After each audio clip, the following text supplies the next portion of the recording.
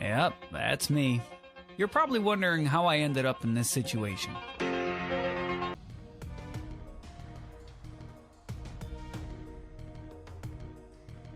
Alright, what's up trainers? It's good to see you.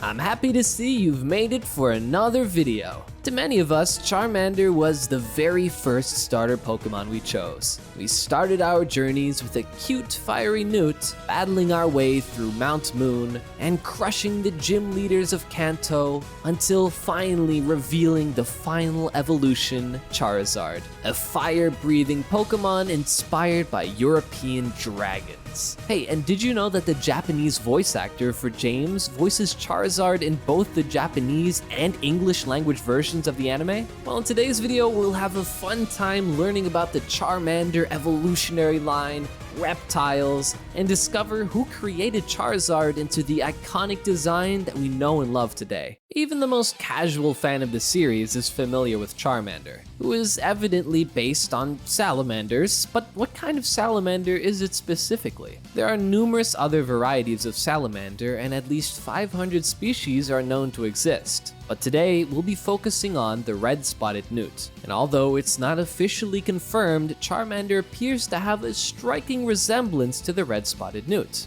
In some newt species, including the red-spotted newt, the aquatic larvae undergo a terrestrial stage before maturing into adults. Newts in the terrestrial stage are called efts. They're easily recognized by their bright orange-red coloration and small black dots scattered on the back. The larger spots resemble an eye, which is the meaning of their scientific name, Notophthalmus. Depending on the species, the salamander's life cycle can vary greatly, but in most cases it begins with a larval stage that has gills and exists in water, before developing lungs and moving on to land as an adult. However, this is where the misconceptions come into play. This dependence on moist environments seems to sit rather oddly with Charmander's fire typing. Salamanders were long associated with fire, it was thought, for many centuries. Although the exact degree of association is varied, as we'll see, all of these claims were highly speculative. You might have noticed the cute little tail with fire at the end. This tail has a lot of different features. The tail of the Charmander serves as both a mood ring and an accurate gauge of how much gas is in the tank. Stay away from it when its flames become erratic and exaggerated.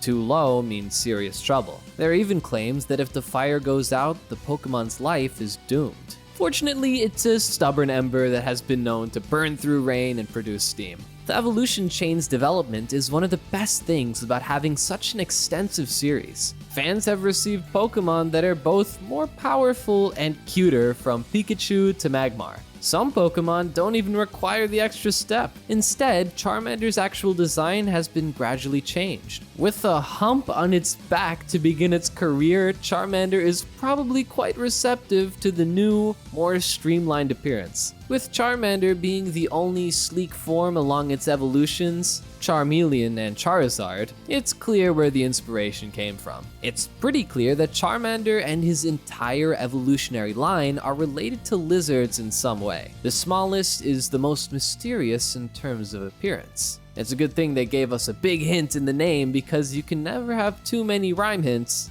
Thanks, Captain Obvious. A fire spirit and embodiment of the elements, the mythical salamander is also resistant to flames. Although the legend is based on them, they should not be confused with the actual animal, evidently after witnessing them emerge from burning logs in the beginning. I studied the body proportions of modern reptile Pokemon such as Helioptile and Salandit. They exhibit large round heads with tiny limbs, so I transferred those proportions onto Charmander. Charmander are known to pick fights with targets bigger than itself. The brighter their flame, the healthier they are. Charmander loves spicy food.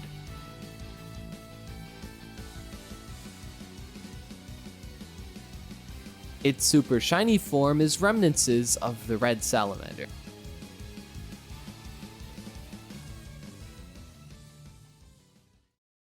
The angsty progression of Charmander is Charmeleon, one of my favorite starter evolutions. Although Charmeleon is primarily an intermediary stage, it has a distinct coat of red, which gives it a unique identity. And I mean, come on, it's just a teenage lizard with anger issues. Oh. God. Oh, I want my redesign to capture that fierce energy the original Charmeleon has. Or that menacing sprite from Red and Blue. Seriously, its original sprite looks like a man in a mascot suit. It got the 3D model treatment. Anyways, if you know anything about chameleons, you'll know that Madagascar is their stronghold. Over half of all known species of chameleon live on the island of Madagascar. Around 60 species are exclusively found on the island and nowhere else in the world. Despite this, there is no evidence to suggest chameleons actually originated on the island. Instead, it's believed that they were much more widespread in China and Central Europe. In Madagascan culture, they are superstitious of chameleons, believing that they are omens of bad luck. A common Malagasy proverb is Atovi diantana, Jirena ni aloha, Torihana ni afra, which means behave like the chameleon, look forward and observe behind. Charmeleon is covered in red scales, has a long and hooked snout. It's bipedal with 3 razor claws on relatively long arms, and plantigrade feet. With traces of a dinosaur appearance, it has a theropod body structure and a solitary protrusion on top of its head, which is similar to the crests of theropods like Parasaurolophus. If I were to describe that to you and ask you what real-life animal comes to mind, would the image of a lion ever pop inside your beautiful head? Funny enough, the word chameleon translates to ground lion, which doesn't make a lot of sense given most chameleons live in the trees and don't act much like lions. But the word chameleon is derived from ancient Greek. Chamai is ancient Greek, meaning on the ground, and leon, meaning lion, like the zodiac sign Leo. This, like a lot of words, evolved into Latin camelon, which evolved into the word we use today. It's also thought that the casque, or crest on their heads, resembles the mane of a lion, hence the name ground lion. Perhaps the main species living in ancient Greece were ground-dwelling reptilian lions?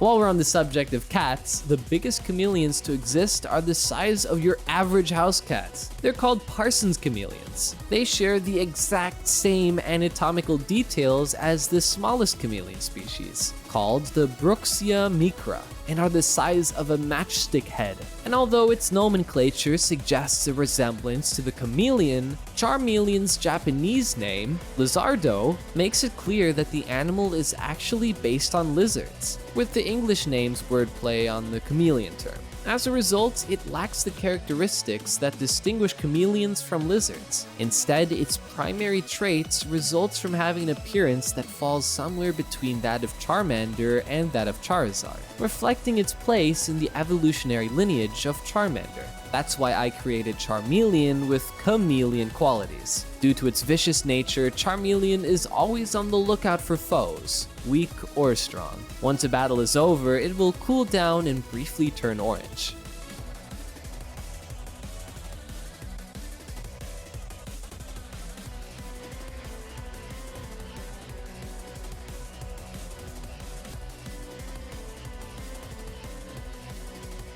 If you're excited for more redesigns, then make sure to hit that like button, subscribe, and hit that notification bell to help support my channel and keep up to date with future videos. And thank you for watching this far. You are one in a Charmeleon.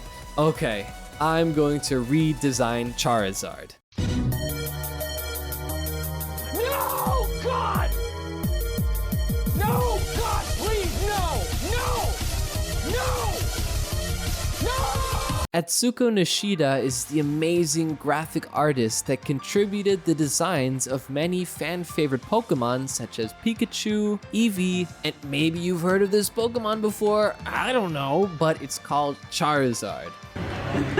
Yay, alright. Whoa, that's pretty cool, yeah. Do you do any tricks?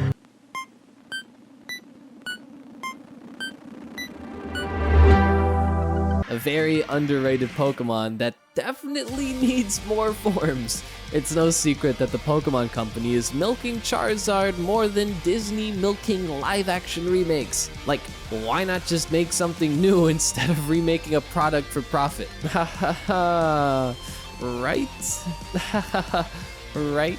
You see Charizard everywhere. Charizard is the mascot of Pokemon Red version and features on the box art of 5 other games. Is a total badass in the Pokemon Adventures manga. Has 3 forms. Socks? Known as Lizardon in Japan, Nintendo concluded to provide the various Pokemon species with clever names related to their appearance and personality when translating the game for Western audiences as a means to make the characters more relatable to American children. As a result, they were renamed Charizard, a portmanteau of the words char and lizard. Pretty straightforward, right? During an interview, Pokemon Company president Tsunekazu Ishihara stated that Charizard was expected to be popular with North American audiences because of their preference for strong, powerful characters. These concepts drew a lot of people in, and my goal is to recreate that. Pokemon is the highest grossing franchise of all time.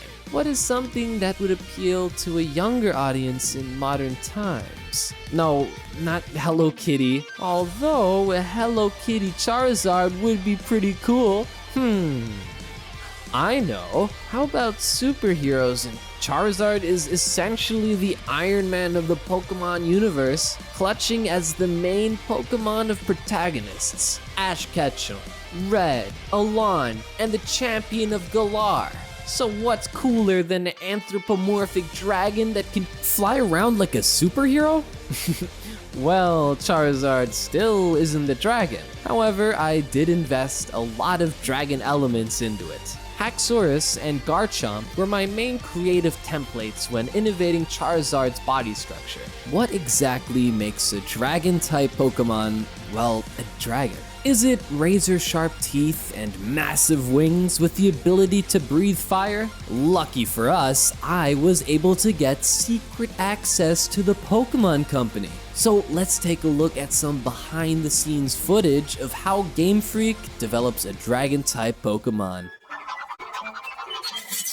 That was great, Squidward! But how do you get inside? Yeah, it's all crushy looking. It isn't put up yet, you idiots!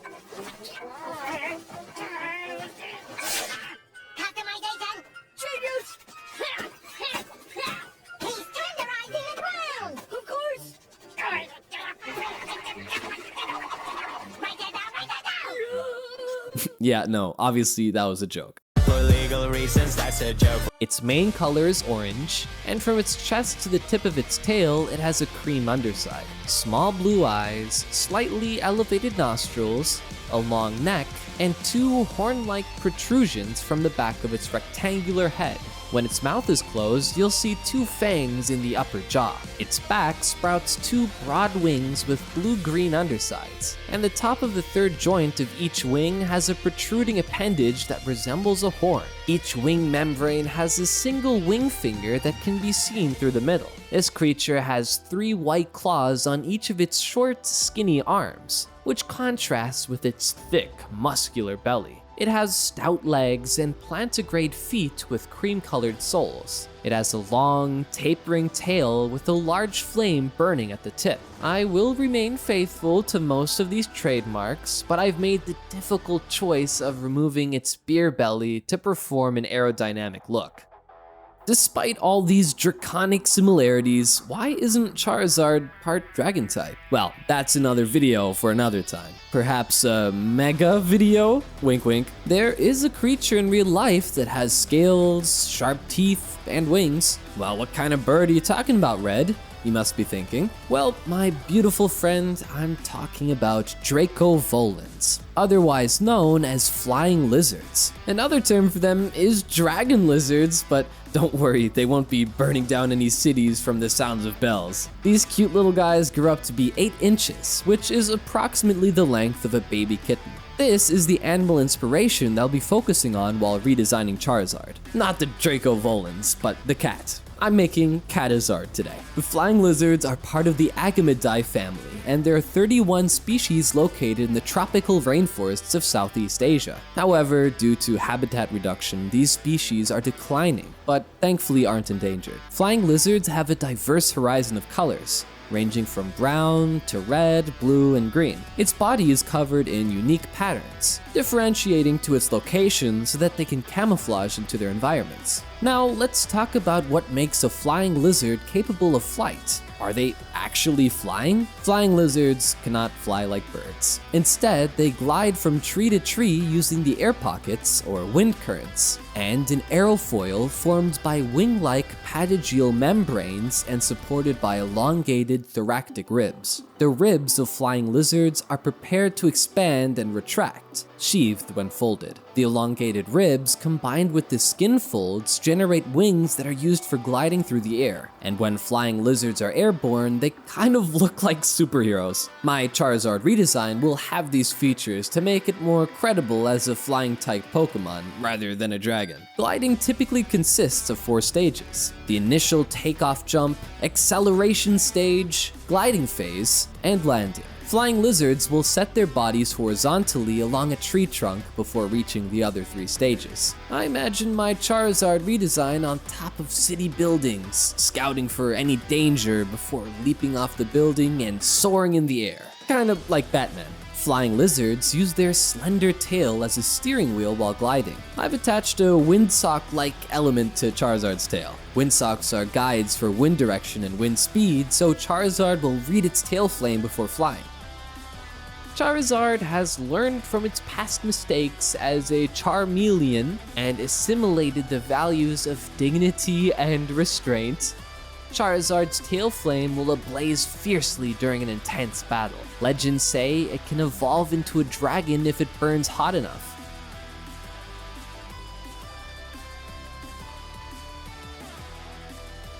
Its super shiny is based on one of my favorite Yu-Gi-Oh monsters, Red Supernova Dragon. If I ever get around to Megas, I'm taking notes from this guy.